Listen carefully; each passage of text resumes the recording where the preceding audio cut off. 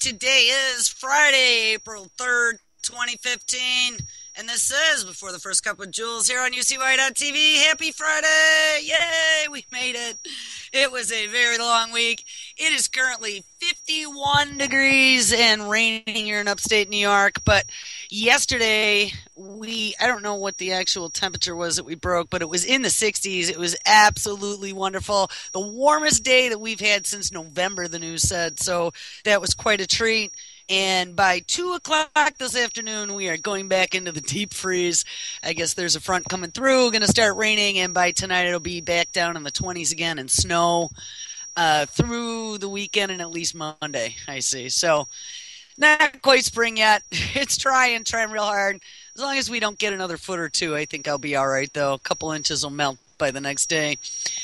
So where do we continue? Yesterday we jumped on the dopamine bandwagon and took a look at some more issues that are created by dopamine. We looked at that new insecticide that they are working on that is going to be shutting off dopamine to mosquitoes.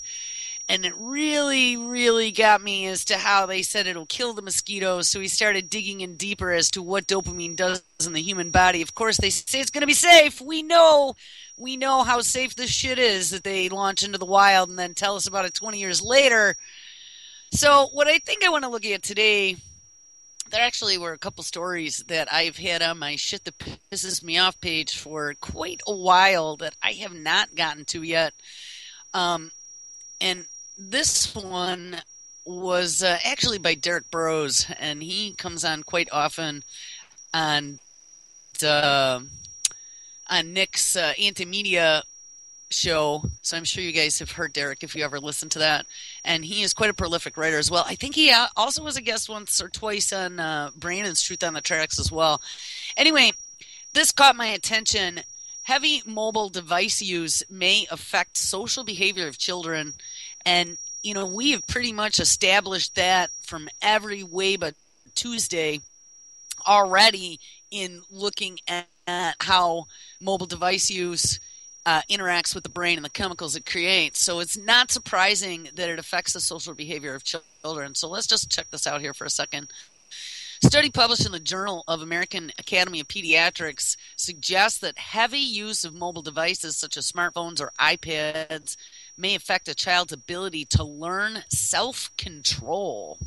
Now, if we understand what dopamine does in the brain, and that is the addictive dangling carrot chemical, then it makes a lot of sense that it affects the child's ability to learn self-control, right? Just like we were looking at yesterday with junk food and stuff of that nature, it's all the same mechanism that's interacting chemically on the brain. So hold on, let's read a little bit more of this. Researchers with the Boston University School of Medicine warn that the impact of mobile devices on young brains is not currently known. The scientists are concerned with the devices becoming a predominant method for pacifying children and the effect it will have on their ability to develop self-regulation. You know, I mean, if anyone's ever seen somebody sitting watching television or playing a video game and eating junk food, you can see exactly what they're talking about. It's very easy to overeat, let's say, because you're not paying attention and because that feel-good chemical reaction is going full tilt in the brain while you are preoccupied. You know, I was paying attention the last couple of days. I've really been trying to limit. I can't stand listening to a TV playing constantly, and especially when you're in a smaller area and there's a lot of people, it's very difficult. And I like quiet because when I need to think, I need quiet. It's very difficult for me to think when it's not quiet and put complex ideas together. So over the last few days, I actually have been trying to isolate myself when I can to get a little bit of quiet. But yesterday, I let it all hang out. I threw on 2 of my sci-fi shows that I was 5 weeks behind on, and I found out it actually ended 3 weeks ago. So, but I did. I partook last night in some programming and watched two of my shows and drank a few beers along with it. And oh my God, I got to tell you, talk about dopamine release. It was such an enjoyable couple hours that I spent all by myself down here. And I mean, you could see absolutely, especially when you cut most of that out of your life, even for a small period of time, as to what the draw is when you get it back. It's like a good old friend. All right, anyway, let me go back to the story. Hold on. I don't know. I got bifocals on here. I broke my glasses, by the way. I'm going to have to get them. See if the glasses guy can either bend them back into shape. A picture fell off the wall and landed right where the arm is and bent it majorly. So if I put it on my face, I mean, all it's going to take is just like moving sideways and they fall off. So I have to wear my bifocals right now, and it's a little bit hard sometimes to track things with bifocals, if you know what I mean. They're good for sitting stationary and reading, not for looking all over the place or trying to drive. All right. It says researchers at Boston University Medical Center review the many types of interactive media available today and raise important questions regarding their use as educational tools, as well as their potential detrimental role in stunting the development of important tools for self-regulation.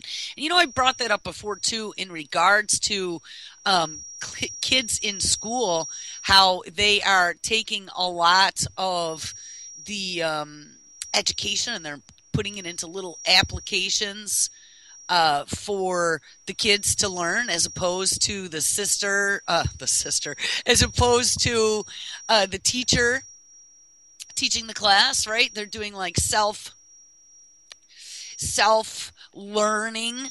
I think that that's absolutely wrong. I mean, if you want to have like an application on the backside to reinforce what you've taught in the classroom, that's one thing, but giving the learning to the machine is not the way to teach children properly. It just isn't. And take that from somebody who spent many years in adult education and writing applications for trainings, okay? There's nothing like a hands-on training, nothing. And I know people learn in all kinds of different ways, but I'm telling you, there is nothing like a one-on-one or a one-to-many hands-on training with someone in front of you where you can raise your hand and ask questions. And even if you're doing a live online education, you know, a lot of the universities now offer classes like that. Sure, you can learn, but I'm telling you, you don't learn as quickly or as well as in person. And I would go to task arguing that with anybody. I've been there, done that from both sides of the fence. So early research suggests that interactive media such as electronic books and learn-to-read applications can be useful in teaching vocabulary and reading comprehension, but only in children preschool age or older. And again, I'm going to argue with that. I mean, maybe the novelty of online books that have little characters that pop out and walk around and talk, but I don't think that they get the full benefit when they're doing it online, especially when they interweave like gaming and fun. It's not giving the same effect to the same areas of the brain and imprinting as hard as it would if you had a solid physical book in your hands for something that you really enjoyed. I'm going to argue that.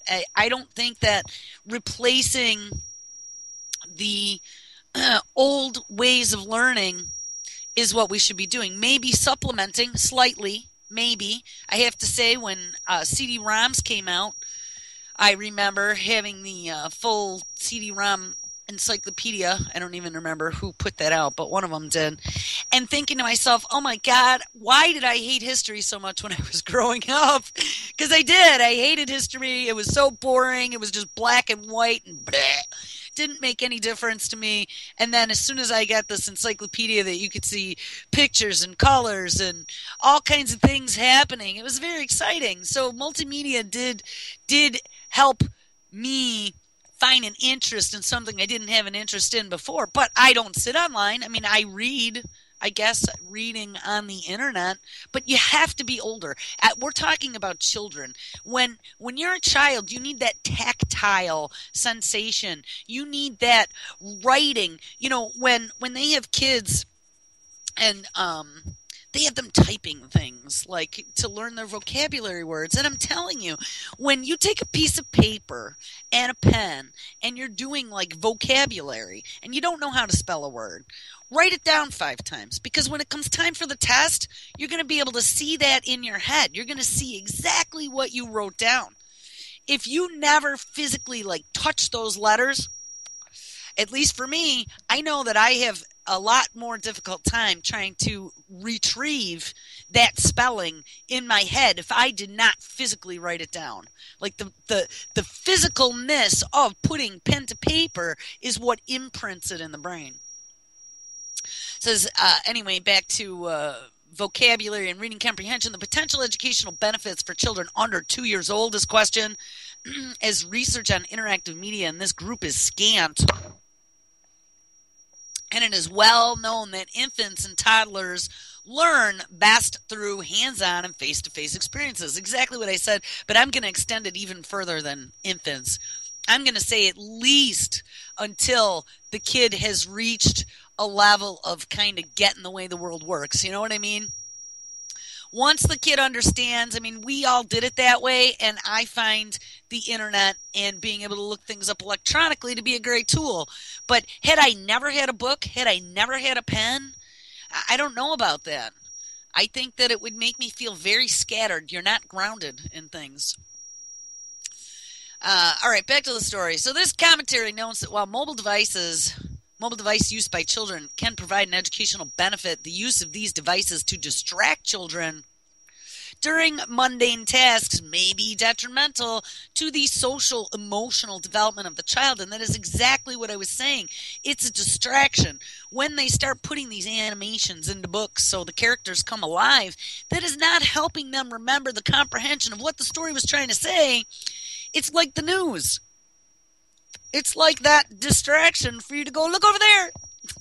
And it's training you to be distracted. It's turning you into an ADD person. Don't let that happen. You want to be able to focus your attention and to comprehend without being distracted. Just like, noise. Like I said, when there's a TV on in every room constantly and people talking and noise, I mean, that's just so distracting beyond the point of being able to put any real deep thought into process. I need to have a neat desk and quiet, and then my brain can go crazy. But until that happens, I am way too distracted to be able to put anything worth thinking about into my brain. Okay.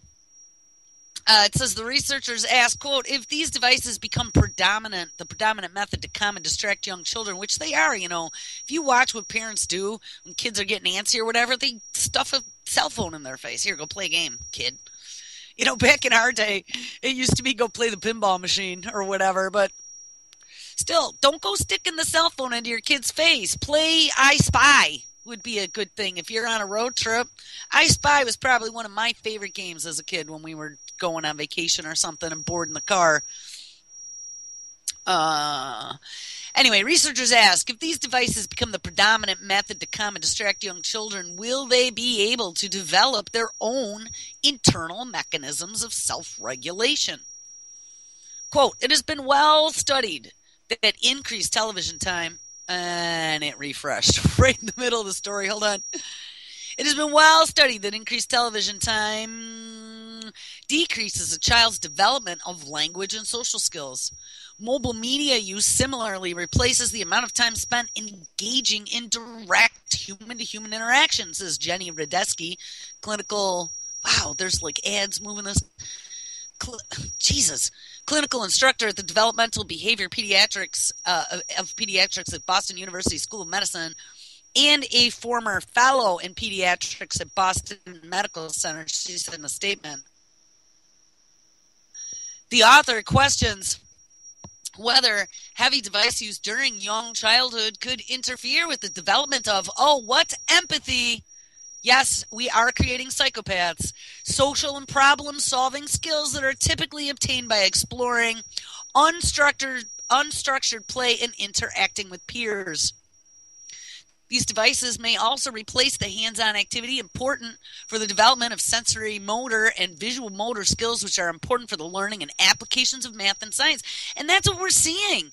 We are not pumping out mathematicians and scientists anymore in this country. That's why I've mentioned this many times before, why every year they look to up the H-1B visa for out-of-country technical people to come here to fill the jobs. And that should be very disturbing. We are dumbing down our children, making them incapable of any type of real deep mathematical or scientific thought, free thought, creativity. And we're boxing them in to learn to be lab rats that react to dopamine. That's exactly what we're doing. And in the meantime, becoming little psychopaths. While much remains unknown, the author recommends that parents try each application before allowing their children to access it. They may also encourage parents to use these applications with these children, as using interactive media together enhances its educational value. At this time, there are more questions than answers when it comes to mobile media. Until more is known about its impact on child development, quality family time is encouraged, either through unplugged family time or a designated family hour. These findings are detailed in the Journal of Pediatrics. I mean, honestly, we really didn't need somebody to tell us that, because I think instinctually we've always known that. I know that we have mentioned the story before. There was a story that came out about Steve Jobs. Steve Jobs would never let his children play with iPads. And I can tell you, just with my own child, that I can definitely see 100% a difference in her personality after she's watched TV, after she's played on the computer, and it's not good. It is antisocial. She tends to get crabby. She doesn't listen. And like they said, they really believe that it causes them to lose a lack of self-control, and I absolutely can see that.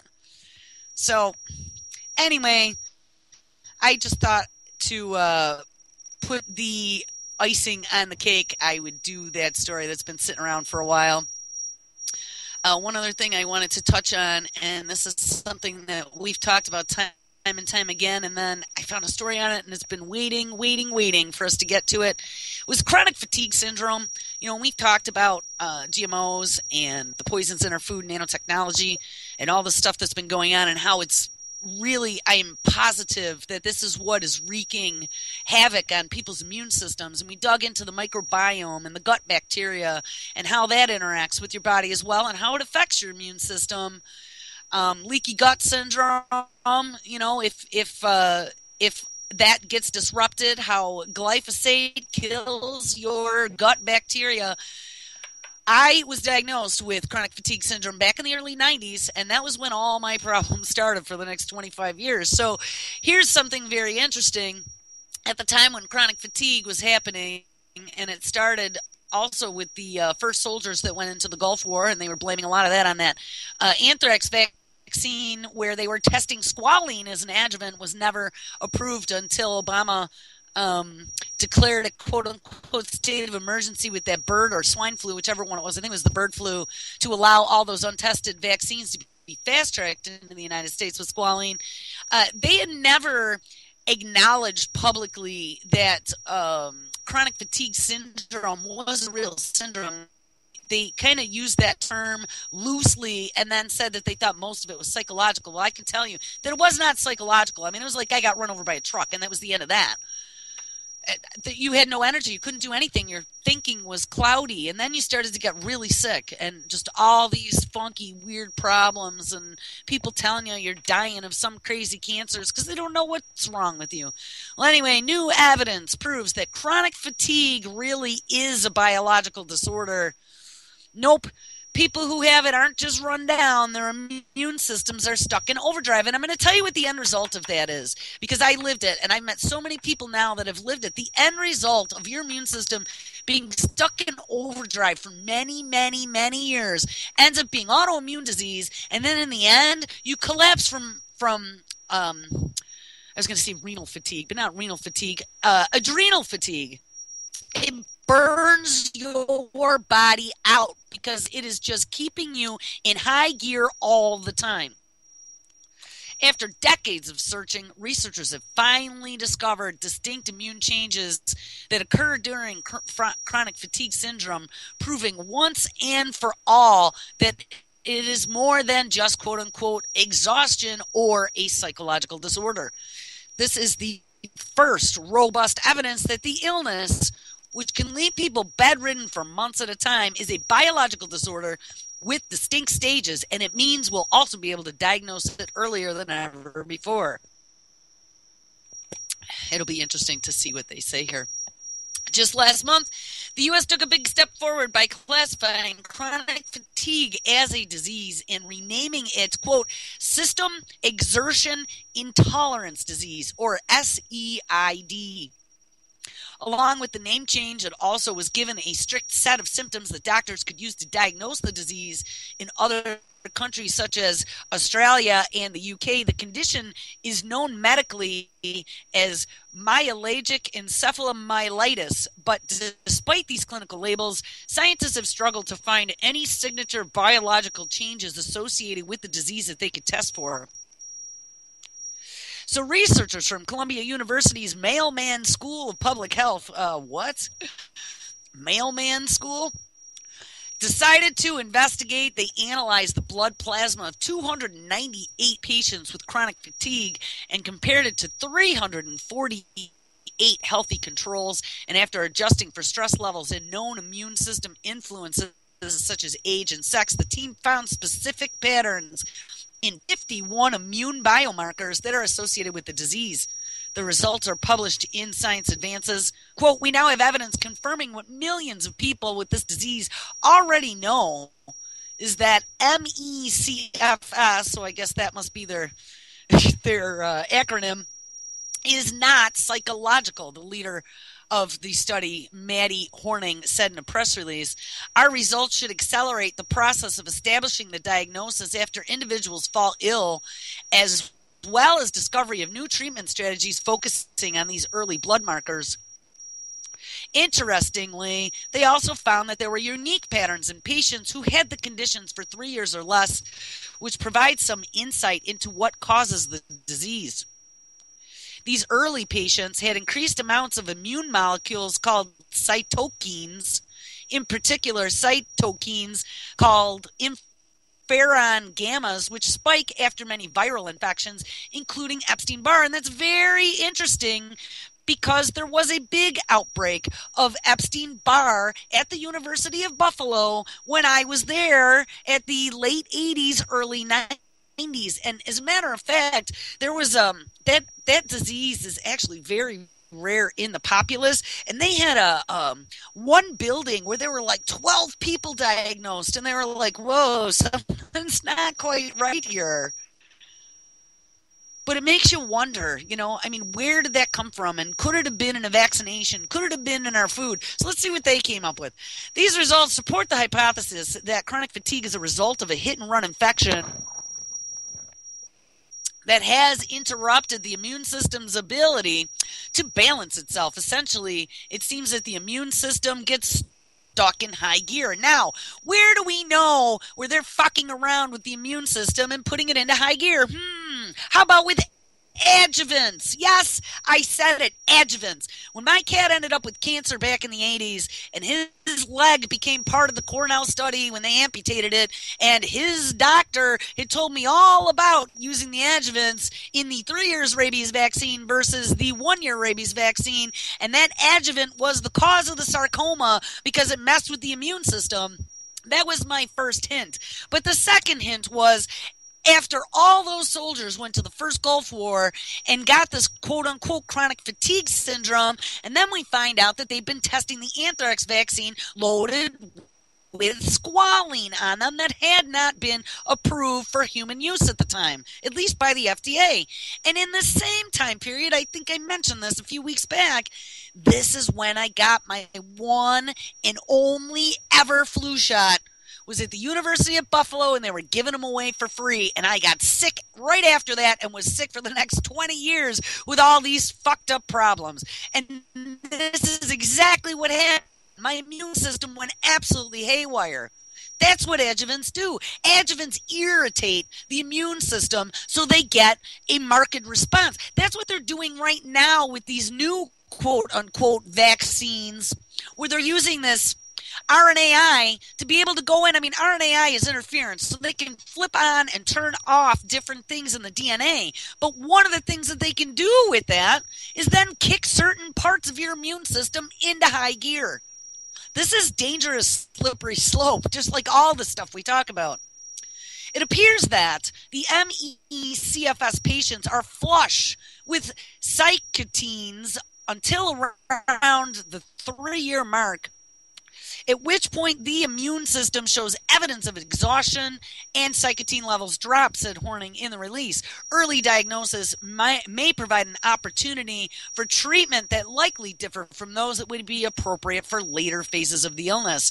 In fact, there are already drugs that are known to dampen cytokine is what it is, cytokine, cytokine behavior on the market, which could potentially be trialed against chronic fatigue in the future. The team is now hoping to push the results of a second study they've been running, which is looking not just at the biological changes that occur alongside chronic fatigue, but also at the agents that cause these changes. Gee, don't you think that's where we should have started? There's obviously something in the environment that is causing these changes in our immune system, which we've had for millions of years. The study delivers what has been eluded for so long, unequivocal evidence of immunological dysfunction in ME/CFS and the diagnostic biomarkers for the disease, said lead researcher on the project, W. Ian Lipkin. The question that we are now trying to address in a parallel microbiome project is what triggers this dysfunction. So there you go, people. Chronic fatigue is not in people's heads. I could have told you that a long time ago, but I guess they have now proved it to their satisfaction. Let's just hope that the cure isn't any worse than the disease.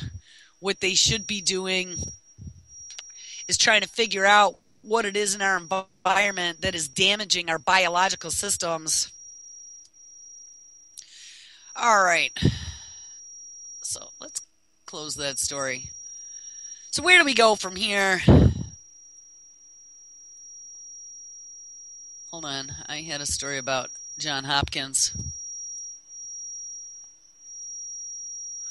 Here's something that happened a long time ago, but I find it pretty interesting that there's so much proof that now there's a $1 billion class action lawsuit.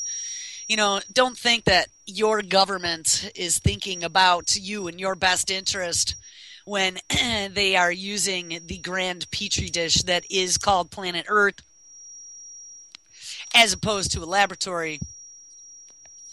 Or, hey, maybe they did it in a laboratory first and then just released it on unwitting patients to see what would happen. Oh, no, they'd never do that. Oh, yes, they will. Johns Hopkins faces a $1 billion class lawsuit over experiments on people in an STD study. Over 7, and I think actually we read about this when we looked at the 10 most horrible human experiments that were done without the people's consent back a few months ago. It says over 750 plaintiffs are suing Johns Hopkins University over its role in medical experiments in Guatemala in the 1940s and 50s. Hundreds were deliberately infected with sexually transmitted diseases as part of a U.S. government program.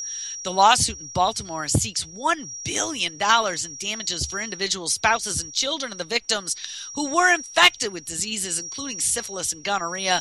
It seeks at least $75,000 in damages for each of 9 counts. Former research subjects and their families claim that Johns Hopkins officials had, quote, substantial influence, unquote, over the studies.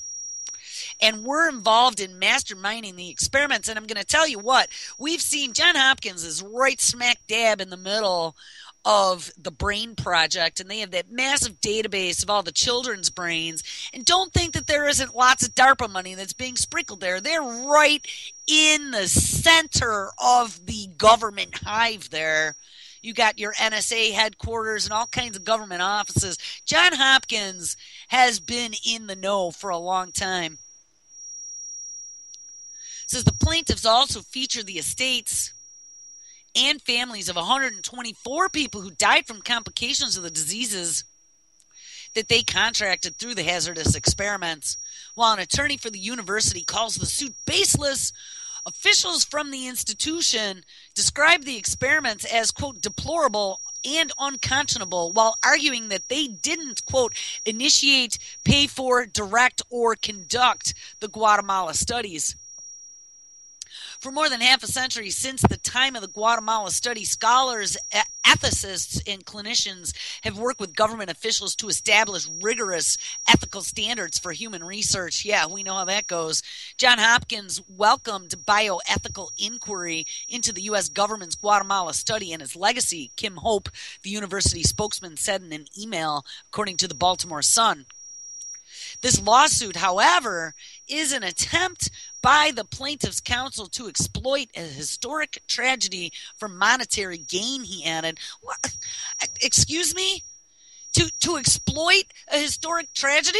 I would think that if I were the descendant of some sort of person who was unknowingly and unwittingly made some sort of horrible human experiment, that I would expect that they at least would have to compensate in some way, at least as a big FU, don't you?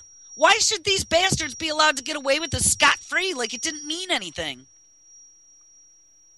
In 2010, U.S. President Obama called the experiments carried out during the administration of Truman clearly unethical. And remember, when we dug into the history of the biowarfare program in the United States, that was during the days of Truman. That's when that all started. And that was no accident. Obama called it, quote, clearly unethical, and he apologized to those subjected, expressing deep regret.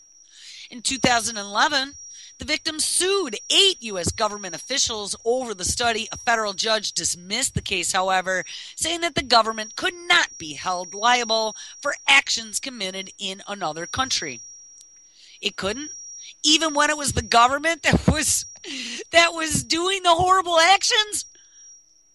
The initial intent of the study in Guatemala was to look for new ways to prevent STDs, including gonorrhea, chancroid, and syphilis, which all can be fatal if left untreated.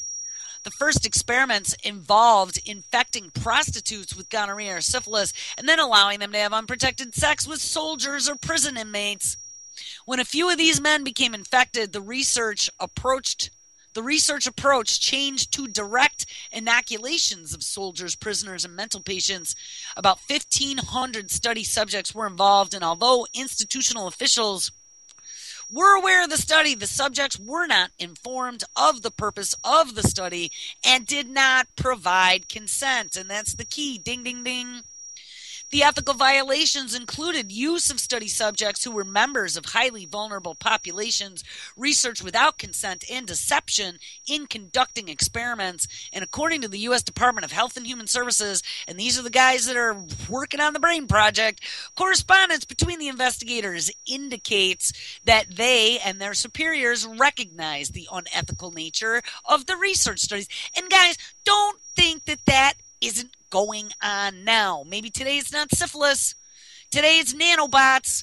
Today it's, brain cultures. Today it's inserting memory cards into a PTSD patient. And yeah, they're going to say that they had informed consent because they told them what the experiment was. But I'm going to tell you what, there's a much grander plan of an experiment that's going on that they're not telling you about.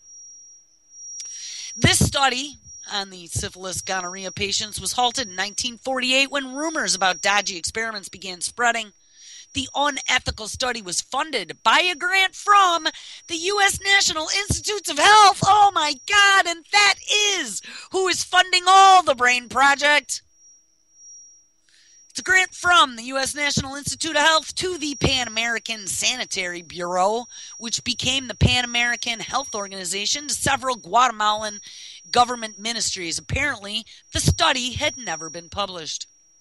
According to the report on the Guatemala experiments by the Presidential Commission for the Study of Bioethical Issues, a committee of the National Research Council dedicated to venereal diseases was responsible for giving the go-ahead to the studies.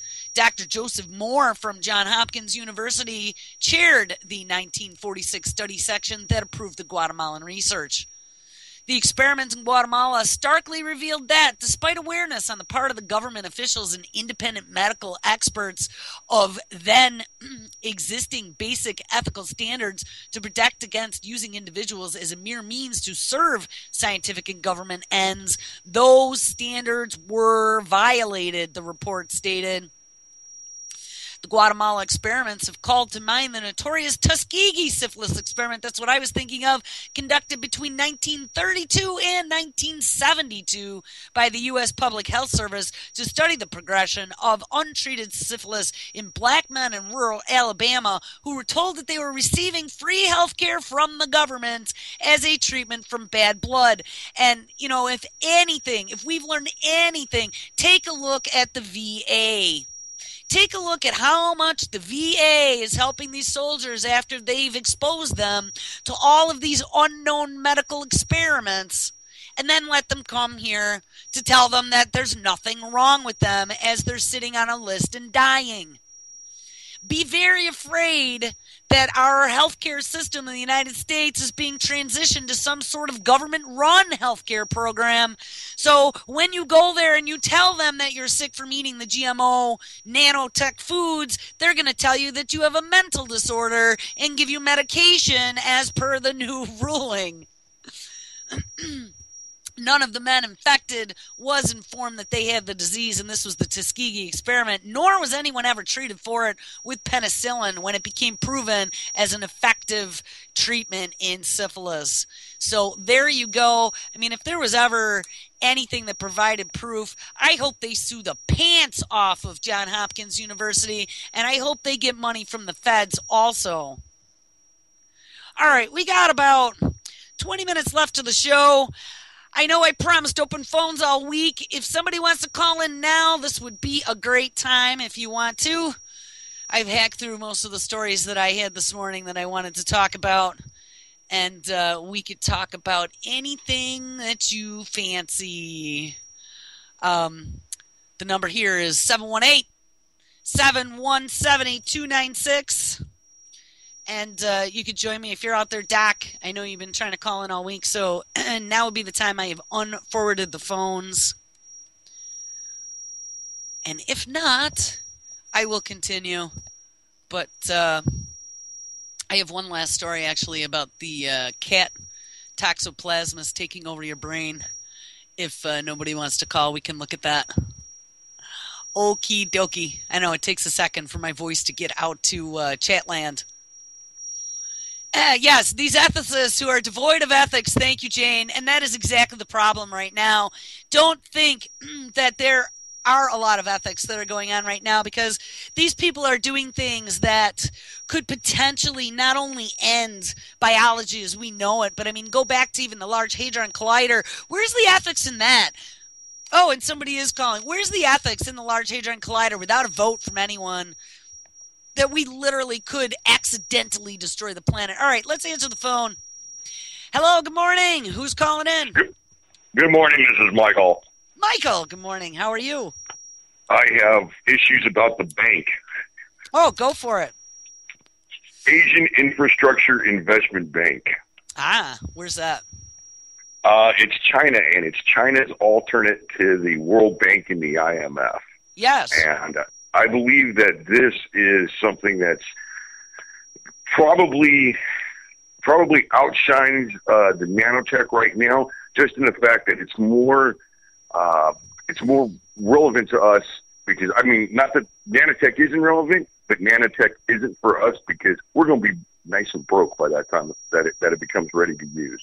I think nanotech is for the next Chinese overlord to use in suppressing the people. We're going to have to deal with the dollar dying.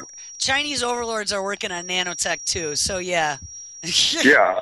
But it's going to be their little mini robot army. Or the robots that deny that they're robots. Of course I'm a real person. Yeah.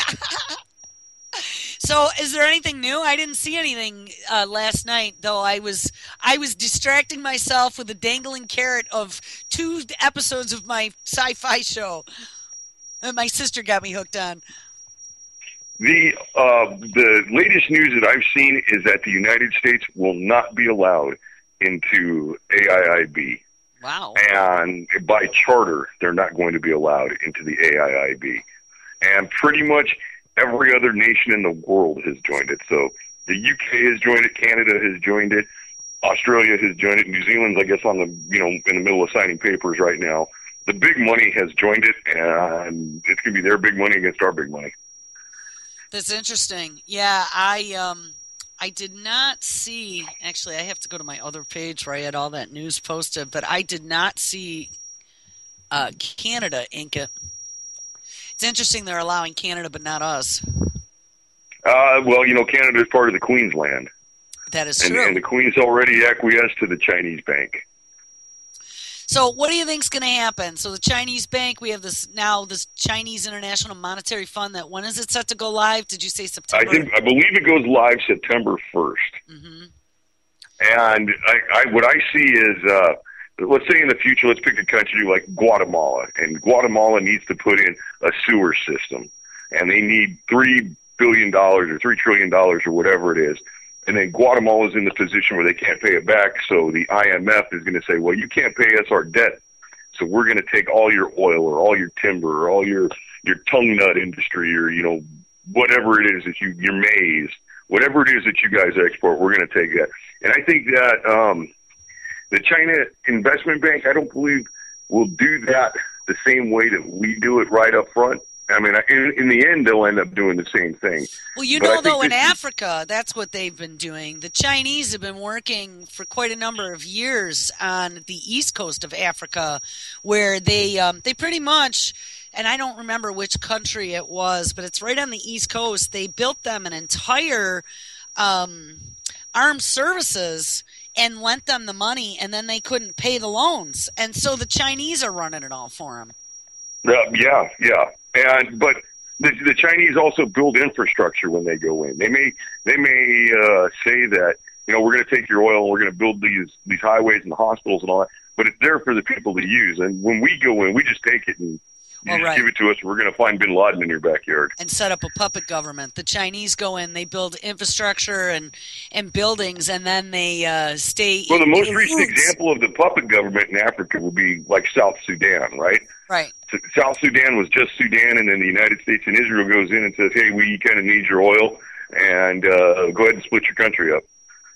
And that really came into being once the United States says, well, we do have, El Shabaab or whoever it is in Sudan. And right.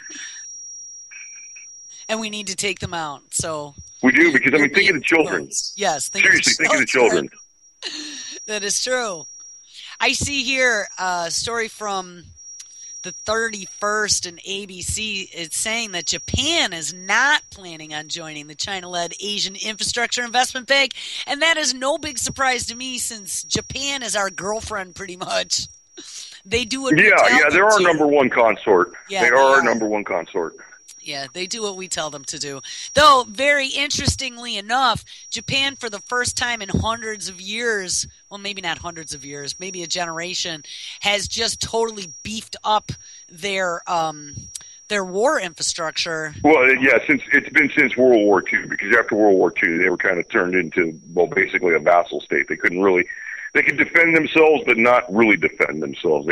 We were there, and we were going to set up bases and make sure they were safe. Right.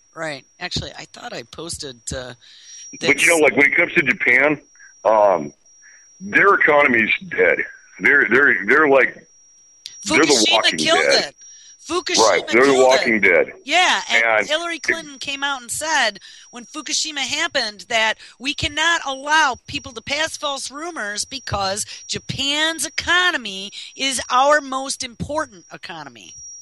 that's why the Tokyo Olympics is 2020. Exactly. Let everybody think everything's good and fine. Give them that, and who cares? They're all going to be dead in 10 years, anyways. Japan's in big time trouble. Yeah, businesses are hurting big time. I just saw one of the big Japanese car makers, I believe it was Honda. They have been losing money left and right. And I mean, how are you going to sell anything when it's radioactive? They just found radioactive tea now in Taiwan, I believe. I mean, South Korea doesn't allow any imports of Japanese food at all, and Russia just banned the imports of Toyotas made in Japan. Well, there you go, and they should be. They should be. So, interestingly, Japan will not be joining the International Bank of China as we've instructed them. That's interesting because like through their literature, they invite the entire world except for the United States and North Korea, which I find that to be that we're interesting bedfellows with North Korea, that we're considered to be like a same threat to the world economy or as dangerous to the world economy as North Korea is. It says that there's more than 40 countries already who have aligned themselves with the bank. And those are big countries. Yeah. It's not like we got like Togo and, West Togo and Fiji. Burundi and, this is, I think this is real big stuff. I think this is like probably the most pressing issue is the bank getting ready to, stick it to us, put it right in our Federal Reserve, so to speak. Yeah, exactly. So how do you think they're going to prevent us from doing commerce internationally? What do you think the end result's going to be? I think the end result is going to be that oil doesn't get sold in dollars anymore. I think that's really going to be that oil will not be sold in dollars, that Saudi Arabia will not take oil or take dollars for their oil anymore. I think that's the end goal, is to break the petrodollar supremacy. How fitting, too. The total number of founding members will be confirmed on April 15th. What a great date that is. That would be April 15th. That's the day that every American should send a letter to the IRS saying that their dog ate their hard drive. Yeah, exactly. Yeah. I don't know. I just think I don't want to be like a scaredy cat or calling for, doom and gloom, but this is a pretty real deal. I mean, like our whole entire life, even though, our economy's in the toilet, everybody here is still doing fairly okay just because the dollar is king. But it hasn't always been king. No, but it's been king for all intents and purposes. It has been king for forever because nobody remembers when it wasn't. That's true. Well, and when we hit that Weimar style inflation,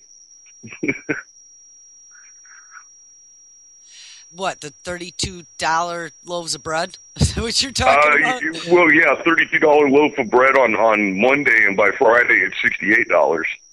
The doubling and tripling of prices on a daily basis. I mean, you got to look at any country that's had any kind of, recent currency revaluation. Venezuela is a good, a good example of that. Yeah, Venezuela or Mexico, if you remember. The Mexican economy is an interesting one to look at too, because look at their peso crisis in 77, and then again in 81. They revalued the first time by 100. And then a couple of years later, they revalued by 100 again. Well, that's like 1,000% revaluation. Yeah, that's like having a reverse split on your stocks. Exactly. So like your $1,000 in 4 years is worth $1. Yep. Which basically makes every dollar you have worthless. You can wipe yourself with it. Save it for toilet paper. And the worst part is that Coke is still going to be $1.59. Exactly. These are just things that I think about. The money thing is really driving me crazy right now. The Asian Infrastructure Bank is just it's the writing on the wall. Yeah, I'm looking to see if there is any type of list right now. I mean, I've seen a few separate stories that have come out to say, so and so is joining, another one is joining. This story here says that allies such as Taiwan, South Korea, the UK, and Australia all hopped on board. I did not know about Taiwan and South Korea. That's somewhat surprising. That's very interesting that Taiwan hopped on board, considering they're not China, but they are China. Well, yeah, they were weren't they the UK Chinese? That's Hong Kong, right? No. That's Hong Kong. Yeah, Taiwan was the nationalist Chinese fled there after World War II when the United States decided to back the communists rather than the nationalists. Mm. South Korea, though, I thought that they pretty much were like a U.S. colony. Yeah, South Korea is like the U.S.'s little brother. Yeah. Right. Yeah, we take good care of them because of North Korea over the border. But they're a handy place to launch planes at China from. Yeah, exactly. Or missiles. Or missiles. Or missiles. That could be, they've got deep ports, and you can put a lot of submarines in those deep ports. Yeah, lots of submarines. China has the world's largest submarine fleet right now, by the way. Yeah, and they've been improving them. I saw there was some big purchases recently. One of the things I wanted to ask you is what benefit does it have? I have not seen that North Korea wasn't invited. What benefit would it have for them not to invite North Korea? Wouldn't that piss us off? And I thought North Korea was pretty chummy with Z, when... Everything that I read about North Korea not being invited is because their economy is not stable enough for them to be invited. Right, that's true. I don't think it has anything to do with their politics or anything like that. I think it was purely a matter of their economy not being stable enough. And because, just as South Korea is our little brother, North Korea is China's little brother. Right, exactly. China's little brother that makes meth and... and slave labor. Right, Yeah, speaking of the petrodollar, did you see that the Getty heir was found dead? Yeah, and it was sort of disturbing. He was found with a nose full of cocaine and then traumatic rectal injuries or something like that. Oh, I didn't see that. Oh, yeah, he was found and he was bleeding profusely from the nether regions and from a traumatic event. Maybe it was like butt chugging. Cocaine. Maybe it was like a Gaddafi thing. I don't know. Because Gaddafi died of painful rectal injury as well. Well, yeah. I mean, he died of the bullet hole in his head, but the painful rectal injury was right before that. Yeah, that's disturbing. I don't know. Do you think they was sending a message? It could be. Maybe. How much money do they control, and how much political influence do they have? Right. I don't know. I don't know that answer. Don't know that answer. I know they've got a lot of money still locked up in the oil and gas production within Los Angeles itself. Which, of course, right now probably is going to have some major issues if they're not going to allow them to use water, especially for the fracking. The California water thing is pretty interesting. Yesterday, I actually heard an AM radio station talking about it, and they put the fault of the drought directly on the backs of the marijuana farmers in California. Really? Yeah, that marijuana farming has caused the drought. Oh. Not the golf courses. Yeah, not the golf courses, not the frackers contaminating all the aquifers, no. Not the people selling water to bottled water companies Nestle, or anything like that. It was the marijuana farmers. Oh, I get it. Okay. It's the gateway drug to communism and thirst. Yeah. Yeah, I can't wait to see how this is going to play out then. Hey, well, won't it be interesting that Operation Jade Helm, which, it's just like any other operation so far, and these ambiguous kind of like androgynous, somewhat girly names, like Jade Helm or the one that was before that, Robin Sage, they have these things, but this is kind of like the first time I've ever seen them leave or give the press release and then like 3 days later expand the drill. because now it's no longer just like, up to Texas. Now it's all the way out to Florida. So it's basically all the southern United States that's involved in this. Yeah, that's what it sure. Well, southern and some of the Southwest as well. Right. So you put the China Investment Bank coming online September 1st, California not having any drought, and then whatever other kind of economic crashes we have, and then the people are already kind of, well, what's the saying about you put the frog in the pot and you slowly increase the heat? Well, these people are going to already be, all those soldiers have been there for 2 weeks. It's fine. There's no problem. Right. Have you seen any evidence in your neck of the woods? I can't say that I've seen any kind of direct evidence related to it, but, I live in a tiny town. I'm not too far from one of the published sites of this exercise. And in my little tiny town, we have 4 cops. I mean, we're tiny that we don't even have a stoplight in my town. But we've got 4 cops, and our cops are walking around like they're like a tactical Ted. I mean, it's kind of disturbing to see the one baby Huey cop that we have that works night, and he's got multiple trauma plates on his Kevlar vest and 6 loaded magazines for his AR or M4 or whatever he's got in the car, and he's getting a Slurpee at 11:30 at night in a town with 1,500 people. That's disturbing. Yeah. So when is this Jade going on for the whole summer, I think, right? It goes from June 15th to September 15th are its scheduled dates. And I mean, it's a real thing. The press release is out there. There are contact numbers that you can verify it. One of the interesting things is they've released some information about economic impact. And they said that the economic impact to the areas would be $150,000. Well, that's nothing.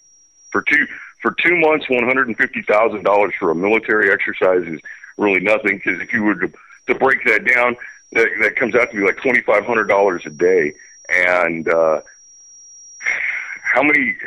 what kind of military operation can you run on $2,500 a day? Yeah, not much.